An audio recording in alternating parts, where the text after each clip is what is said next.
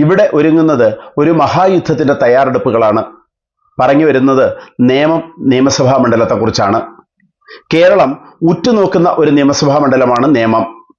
ഇത്തവണ നടന്ന തദ്ദേശ സ്വയംഭരണ തെരഞ്ഞെടുപ്പുകളുടെ ആകെ വോട്ട് നില നോക്കിയാൽ BJPക്ക് ഏറ്റവും കൂടുതൽ വോട്ട് കിട്ടിയ മണ്ഡലം.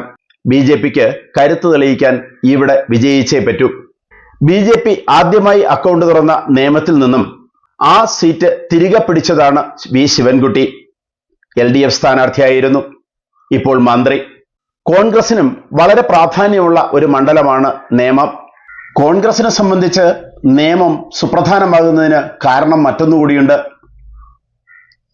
കേരള രാഷ്ട്രീയത്തിലെ ഭീഷ്മാചാര്യനായിരുന്ന K കരുണാകരന്റെ തട്ടകം കൂടിയായിരുന്നു നേമം. അതുകൊണ്ട് തന്നെ നേമത്തെ കോൺഗ്രസിന് അത്ര പെട്ടെന്നൊന്നും ഉപേക്ഷിക്കാൻ കഴിയില്ല. അതുകൊണ്ട് തന്നെയാണ് കഴിഞ്ഞ തവണ മത്സരിച്ചത് മുരളീധരൻ. 2016 59,142 വോട്ടാണ് വി ശിവൻകുട്ടിക്ക്.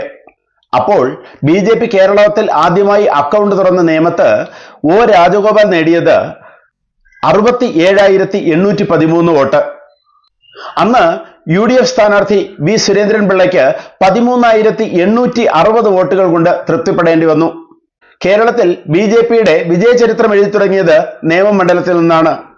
O രാജഗോപാലാണ് അത്തവണ MLA ആയത്. 2021 നിയമസഭാ ഇലക്ഷന് BJP സ്ഥാനാർത്ഥിയായി വന്നത് കുമ്മനം രാജശേഖരനാണ്. 51,888 വോട്ടുകൾ നേടിയ കുമ്മനം രാജശേഖരന് 35.54% വോട്ടാണ് ലഭിച്ചത്. BJP ആദ്യമായി വിജയിച്ച നിയമസഭാ മണ്ഡലത്തിൽ BJP തോൽപ്പിച്ചുകൊണ്ട് 55,837 വോട്ടും 38.24%വുമായി വി ശിവൻകുട്ടി വിജയിച്ചു.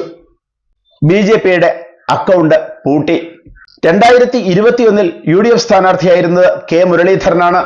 36,524 വോട്ട്, 25.01%. ഈ അവസ്ഥയിൽ നിൽക്കുമ്പോൾ 2026 ഇലക്ഷന് ഒരുപാട് പ്രത്യേകതകളുണ്ട്. BJPയെ സംബന്ധിച്ചിടത്തോളം നേമം ഇക്കഴിഞ്ഞ തദ്ദേശ സ്വയംഭരണ തെരഞ്ഞെടുപ്പുകളിൽ ഏറ്റവും കൂടുതൽ വോട്ട് നേടിയ മണ്ഡലമാണ്. 49,867 വോട്ടുകൾ BJPക്കുണ്ട്. BJP ഈ നിയമസഭാ ഇലക്ഷന് വിജയിക്കാവുന്ന ലിസ്റ്റിൽ ആദ്യത്തെ മണ്ഡലം നേമം തന്നെയാണ്. അതുകൊണ്ട് തന്നെയാണ് പ്രസിഡന്റായ രാജീവ് ചന്ദ്രശേഖർ അവിടെ സ്ഥാനാർത്ഥിയായതും. കഴിഞ്ഞ 2 തവണയും മത്സരിച്ച ശിവൻകുട്ടി ഇത്തവണ പിന്മാറാൻ തയ്യാറാണ് എന്നറിയിച്ചിരുന്നു എങ്കിലും ഈ മാറിയ സാഹചര്യത്തിൽ ശിവൻകുട്ടി തന്നെ LDF സ്ഥാനാർത്ഥിയായി മത്സരിക്കാനാണ് സാധ്യത കൂടുതൽ.